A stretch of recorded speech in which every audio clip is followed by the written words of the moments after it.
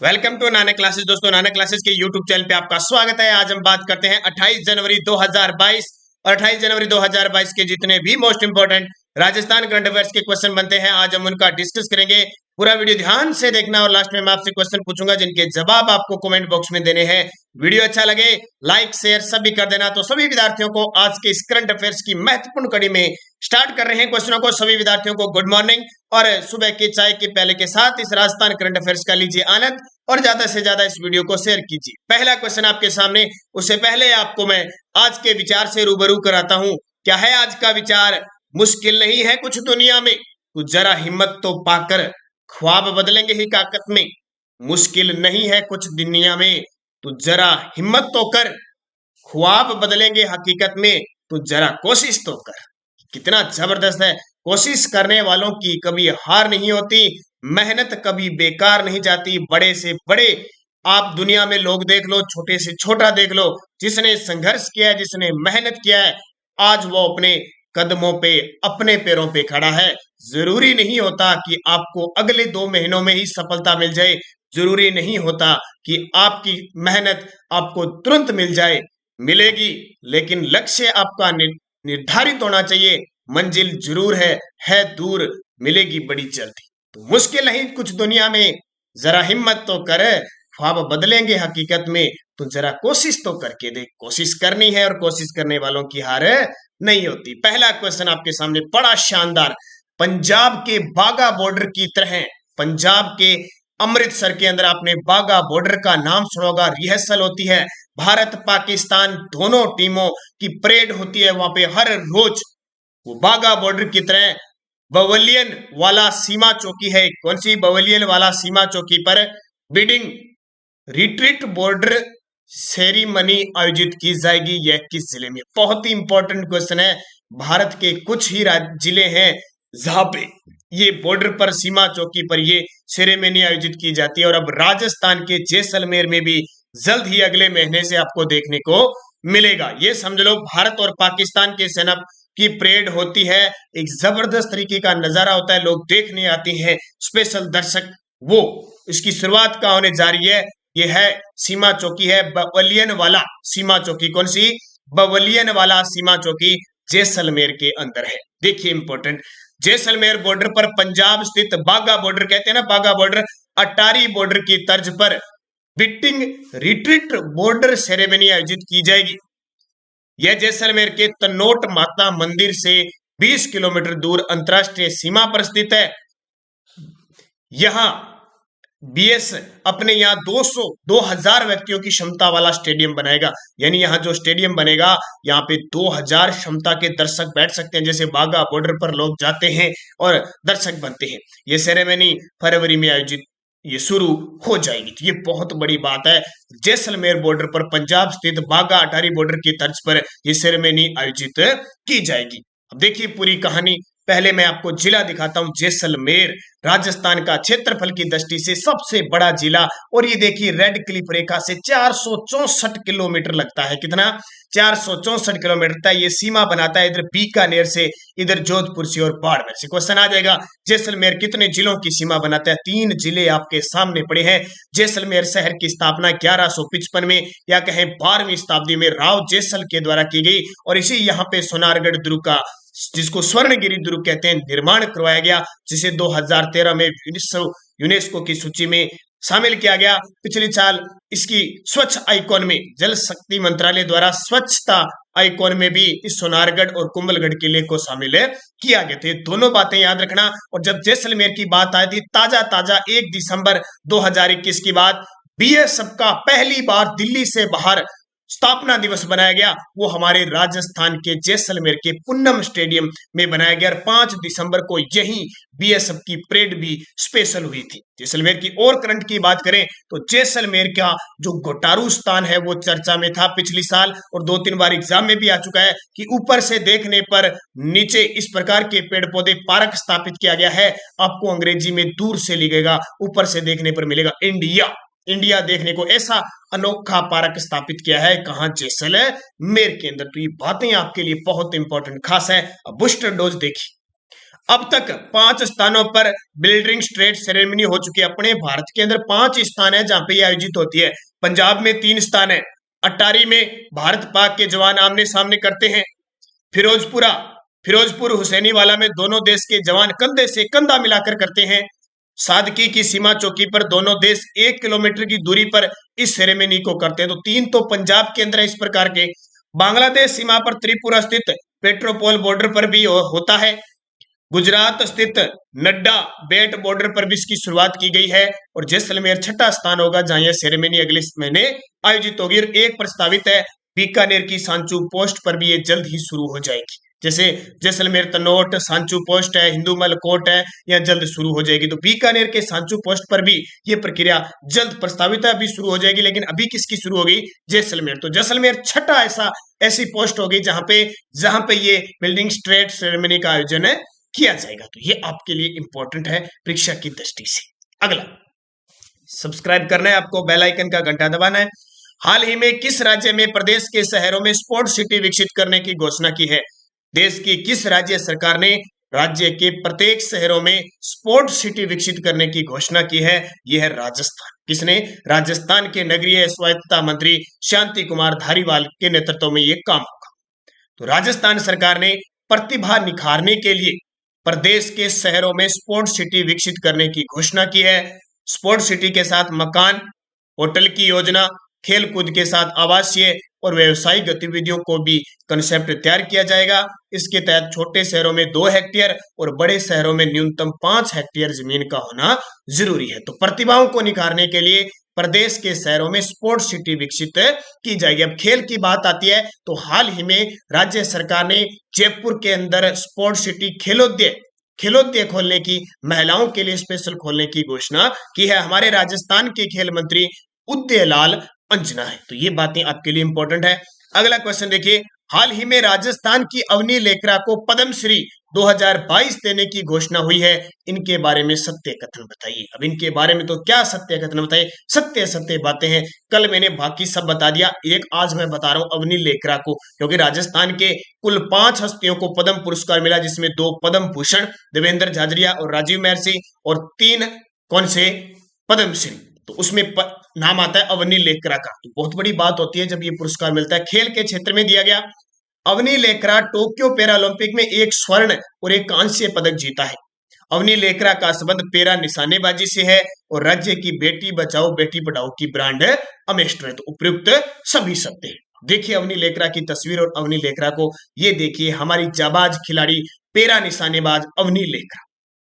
अवनी लेकरा, जिला जयपुर, पैरा निशानेबाज, category SH1। ये बहुत इंपॉर्टेंट है। देखो SH1 की तो है अवनी लेकरा, SH6 की है, HS6 का है कृष्णा नागर जो बैडमिंटन के। अब इन दोनों में कंफ्यूज हो जाते हैं, बस याद रखना कृष्णा नागर बैडमिंटन का बल्ला लेकर रखते हैं और छक्का लगाते हैं। क्या लगाते हैं? छक्का लगाते हैं। और अपूर्वी चंदेला A1 निशाना लगाती है। नंबर 1 निशाना पहले पे लगा देती है, इसलिए 1 हो गया। बस 1 को याद रखना, 1 याद हो जाएगा तो कंफ्यूज नहीं होगी। तो बैडमिंटन का छक्का होता है और कृष्णा नागर छक्का लगाते हैं और स्वर्ण पर छक्का लगाया था। तो SH6 कैटेगरी। Tokyo Paralympic 10 metre air rifle में स्वर्ण जीता और 50 मीटर एयर राइफल में कांस्य पदक जीता। ये दोनों याद रखना। राज्य की बेटी बचाओ बेटी पढ़ाओ की ब्रांड एम्बेसडर है। अवनी लेकरा को 2021 पैरा ओलंपिक स्पोर्ट्स अवार्ड में सर्वश्रेष्ठ महिला पदार्पण का सम्मान मिला। ये बहुत बड़ी बात है। अवनी लेकरा को 2021 पैरा ओलंपिक स्पोर्ट्स अवार्ड में सर्वश्रेष्ठ महिला पदार्पण सम्मान मिला। ये बहुत बड़ी बात है। 2021 का मेजर ध्यानचंद खेल पुरस्कार भी कृष्णा नागर के साथ मिला।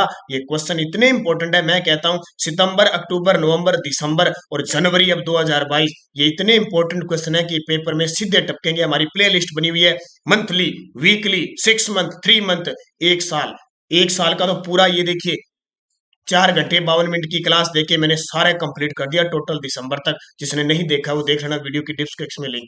तो हर प्रकार के करंट हमें मिल रहे हैं और मैंने दोबारा मुहिम भी शुरू कर दिया कि जनवरी से लेकर मैं इस जनवरी तक आधे घंटे की क्लास लेके रोज पूरा वापस 2021 का रिपीट करवाऊंगा। अगला क्वेश्चन देखिए, जयनारायण व्यास विश्वविद्यालय जोधपुर का हाल ही में कौन सा दीक्षांत समारोह बनाया गया? तो इस जयनारायण व्यास विश्वविद्यालय के बारे में मैंने बहुत बारी बात बता दी है। कहां पे? जोधपुर में। और कौन सा बनाया गया? 18वां बनाया गया। अब एक तो ये याद रखना कि अब की बार बजट में घोषणा हुई थी कि जयनारायण विश्वविद्यालय से एक MBM कॉलेज है उसको अलग करके एमबीएम मनीराम बागड़ मेमोरियम कॉलेज उसको विश्वविद्यालय बना दिया। हाल ही में जयनारायण व्यास विश्वविद्यालय ने घोषणा किया कि इसमें आदिवासी केंद्र स्थापित करने की घोषणा की है। कौन सी? आदिवासी केंद्र स्थापित करने की घोषणा की है। जयनारायण विश्वविद्यालय कहाँ पे है? जोधपुर के अंदर। बस इतनी बातें याद रखना, कई बार पेपर में पूछ लेता है कुछ विश्वविद्यालय देके और ये किस जिले के अंदर है। तो 18वां दीक्षांत समारोह में हमेशा जो कुलाधिपति होता है वो राज्यपाल होता है, तो 18वां दीक्षांत समारोह बनाया गया। अगला, गणतंत्र दिवस पर राजस्थान के कितने पुलिस अधिकारी व पुलिस कर्मियों को सम्मानित किया गया? गणतंत्र दिवस 73वां गणतंत्र दिवस मनाया गया था।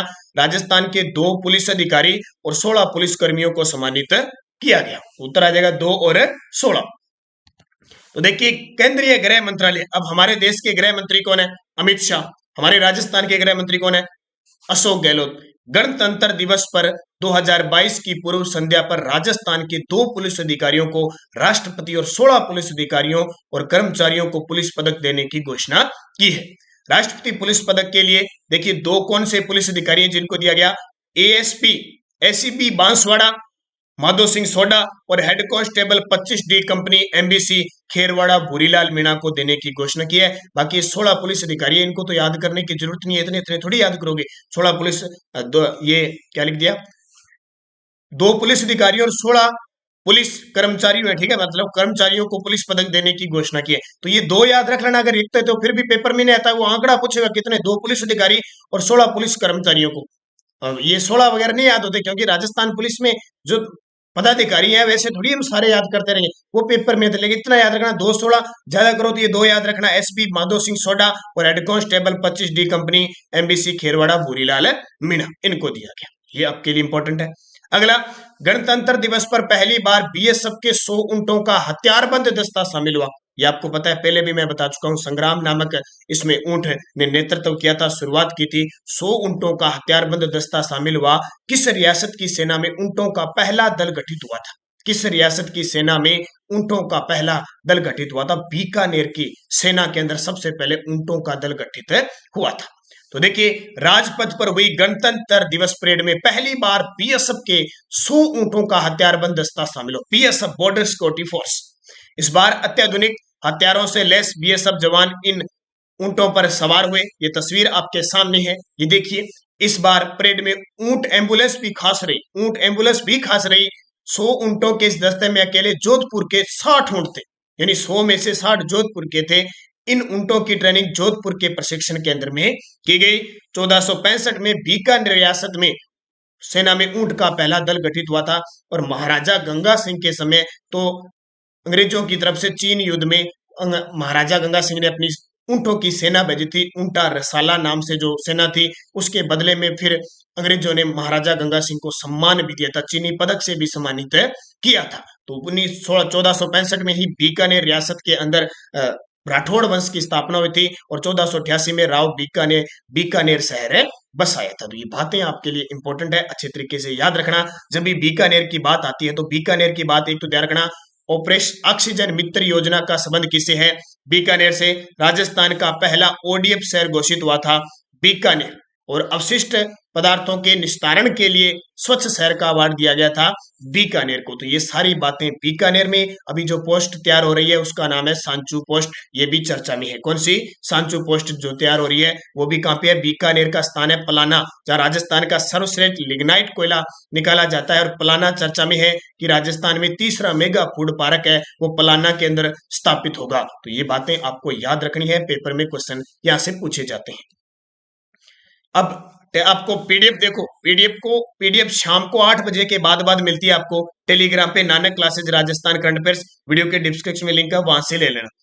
पीडीएफ मिलने के बाद जस्ट इसकी 9 बजे क्विज भी आपको प्राप्त होती है। देखो, फिलहाल आप दिन में पूरा वीडियो देखिए, अच्छे तरीके से पूरा मनन कीजिए इस वीडियो पे, फिर शाम को पीडीएफ देखिए और फिर वो क्विज कीजिए। एक दिन में एक पर्सन को 3-3 बार पढ़ोगे। फिर जैसे संडे आएगा मैं वीकली करवा दूंगा, जैसे पूरा मंथ होगा मैं मंथली करवा दूंगा, और जैसे 3 मंथ हो गए मैं पूरा 3 मंथ का करवा दूंगा। 6 मंथ होगा 6 मंथ, 1 ईयर होगा 1। इतनी बार एक क्वेश्चन को आप पढ़ लोगे तो मैं कहता हूं गलत होगा ही नहीं पर्सन राजस्थान करंट अफेयर्स। अब पिछले वीडियो का क्वेश्चन क्या था? राजस्थान की गौरी महेश्वरी को राष्ट्रीय बाल पुरस्कार मिला, इनका संबंध किस जिले से है? तो उत्तर आ जाएगा अजमेर जिला।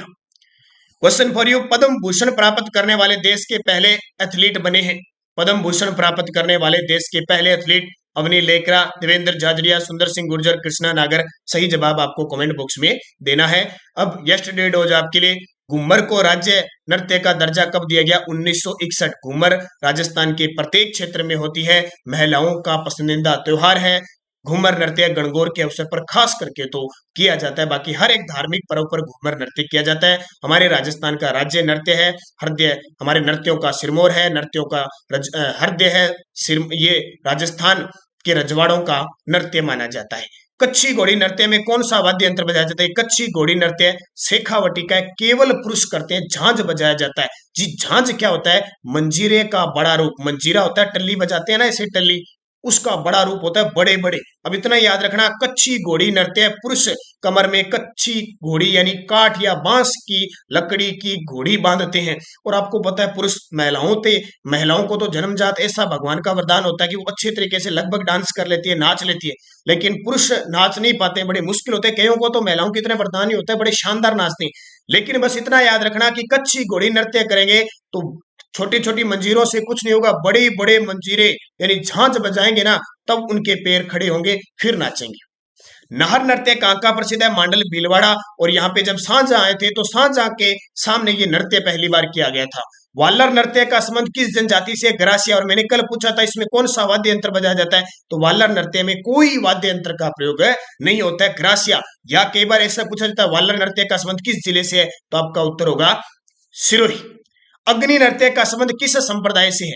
अग्नि नृत्य का संबंध किस संप्रदाय से है? जसनाथ जी अग्नि नृत्य करते हुए इनके अनुयायी फतेह फतेह का उद्घोष करते हैं। तो ये पांचों क्वेश्चन आपके लिए शानदार है। अब 5 क्वेश्चन अगले और नृत्य से ये चित्रकला से संबंधित बताता हूं। राजस्थानी चित्रकला का वैज्ञानिक वर्गीकरण किसने दिया? आज मैं राजस्थान में लोक नृत्य का टॉपिक लेके आऊंगा राजस्थान पुलिस के लिए। राजस्थानी चित्रकला का वैज्ञानिक वर्गीकरण किसने किया? राजस्थान की सबसे प्राचीन चित्र शैली कौन सी है? मेवाड़ चित्र शैली का स्वर्ण काल किस शासक के शासनकाल को कहते हैं? नाथ द्वारा चित्र शैली पर किस संप्रदाय का प्रभाव था? और चावंड चित्र शैली राजस्थान के किस काल में शासनकाल में शुरू हुई थी? चावंड चित्र शैली किस शासक के शासनकाल में शुरू हुई? नाथ द्वारा चित्र शैली पर किस संप्रदाय का प्रभाव था? मेवाड़ चित्र शैली का स्वर्ण काल किसके शासक को कहते हैं? और राजस्थान की सबसे प्राचीन वर्णमाला। पांचों क्वेश्चन आपको जवाब देने कमेंट में। वीडियो को लाइक शेयर सारे विद्यार्थी कर देना। और अब तक हमारी आपने 2020 और 2021 की राजस्थान करंट अफेयर्स की पीडीएफ नहीं खरीदी है तो आज ही आप खरीद लें। 8094496272 महज 50 रुपए इसका चार्ज रहेगा। फोन पे, गूगल पे, पेटीएम चल रहा है। इस नंबर पे फोन पे, गूगल पे, पेटीएम की व्यवस्था है। इसी नंबर पे करके इस पे स्क्रीनशॉट डाल देना, इस नंबर व्हाट्सएप पे, और तुरंत आपको ये पीडीएफ मिल जाएगी। प्रिंट आप निकाल सकते हो। और 2020 और 21 का पूरा डाटा है। और ये मान के चलो आपको आने वाले इस 2022 के एग्जामों में 2020 और 21 का तो पढ़ना ही पड़ेगा। क्वेश्चन आएगा, इसमें मैंने सारे इंक्लूड कर रखे हैं। बाकी आप सारी वीडियो लगातार देख रहे हो। आपको राजस्थान करंट अफेयर्स का क्वेश्चन आ गया तो बाहर जाने का तो मतलब ही नहीं रहेगा। कोई अपवाद आ गया वो अलग बात है, हमारे तक नहीं पहुंचा कहीं भी, वो अलग बात है। बाकी क्वेश्चन कभी बाहर नहीं जाता, ये श्योर है। ये पिछले 2021 के सब एग्जामों में आप देख चुके हो। तो धन्यवाद। इसी के साथ जय हिंद, जय भारत।